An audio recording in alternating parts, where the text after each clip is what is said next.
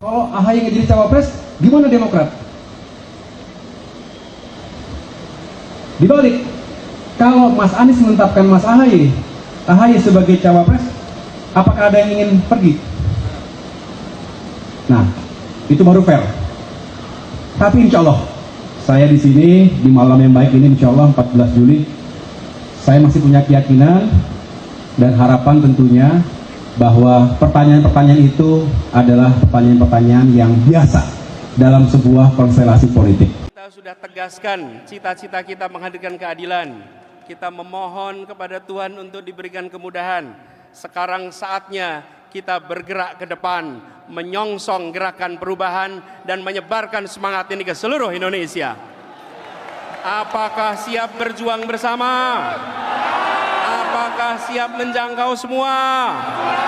Apakah siap mengajak semua? Turunlah ke lapangan, siap? Menjangkau seluruh masyarakat, siap? Ajak bergabung dalam gerakan kita. Karena gerakan ini bukan tentang satu orang, gerakan ini bukan tentang partai, gerakan ini bukan tentang pribadi-pribadi tertentu. Gerakan ini adalah untuk kita, anak-anak kita, dan anak-anak dari anak-anak kita di kemudian hari. Karena itu, dalam perjuangan ini memang ada indikatornya, dapat suara. Siapkah untuk menjangkau dan meraih suara sebanyak-banyaknya? Siap. Pegang ini sebagai prinsip bahwa kita bukan sekedar mencari suara, kita bawa misi. Bawa misi, untuk misi itu bisa terlaksana, kita membutuhkan suara. Untuk misi bisa terlaksana, kita membutuhkan kekuatan. Pegang itu erat-erat. Dan tantangan yang besar itu yang pernah kita hadapi berbulan-bulan ini, ke depan akan lebih besar lagi. Biiznillah. Kita akan bisa melewati seluruh tantangan-tantangan itu, dan nantinya bukan saja kita bisa meraih target, insya Allah kita akan bisa melampaui semua target-target itu. Partai Nasdem siap berjuang?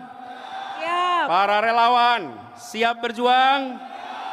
Siap memperjuangkan keadilan? Siap. Siap memperjuangkan perubahan? Siap.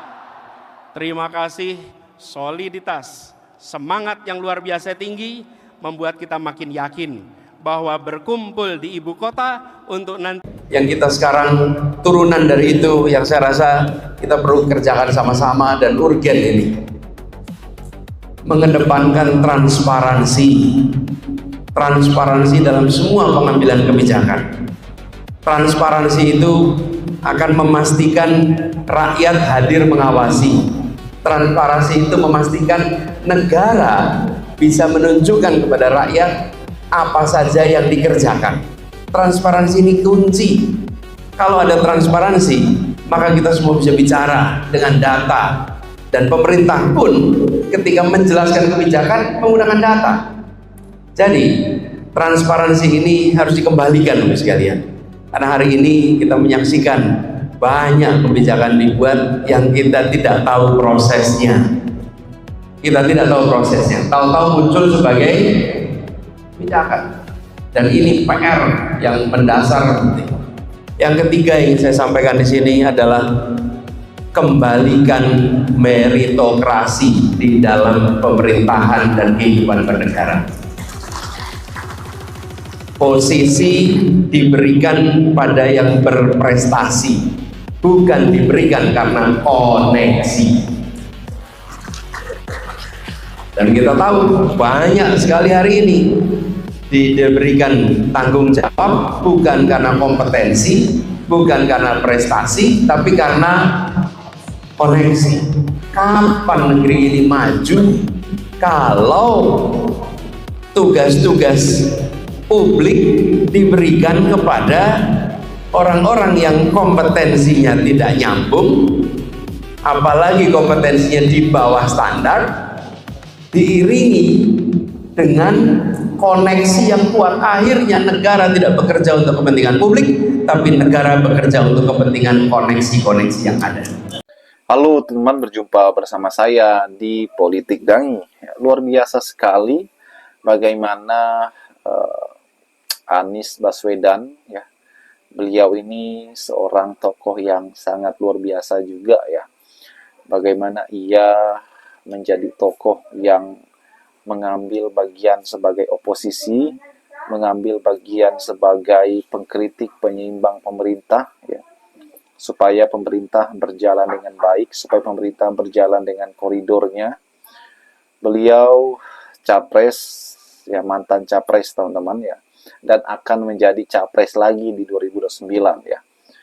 Harapan kita bahwa Anies bisa bergandeng lagi dengan AHY ya. AHY ini adalah seorang yang sangat cocok ya, penuh karisma, penuh dengan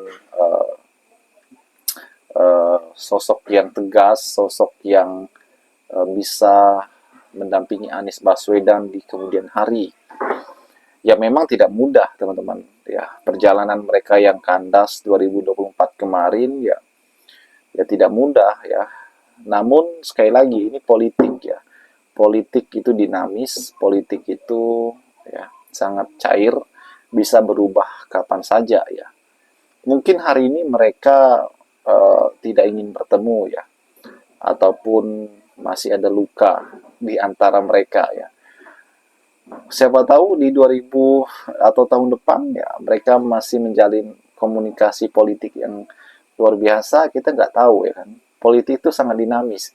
Contohnya bagaimana Caimin ya, Muhaimin Iskandar, wakil Anies Baswedan ya, kemudian kalah malah gabung mendukung Prabowo Subianto. Nah itu adalah sebuah contoh bahwa politik itu bukanlah tentang kawan ataupun lawan, tapi kepentingan ya, jabatan.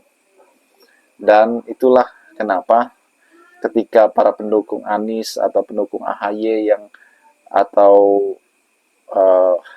pendukung Jokowi, pendukung Prabowo dan sebagainya teman-teman, mungkin saat ini masih perang-perangan di media sosial ya.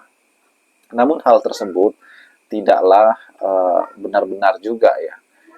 Pilpres 2009 ini masih sekitar 4 tahun lagi.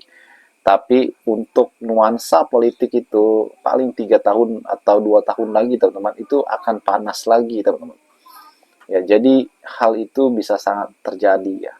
Namun harapan kita bahwa Anies Baswedan ini akan maju ya bersama dengan AHY ya. Semoga kedua tokoh ini bisa saling berkomunikasi ya untuk melawan Prabowo Subianto dan Gibran di 2029 nanti. Bagaimana menurut kalian?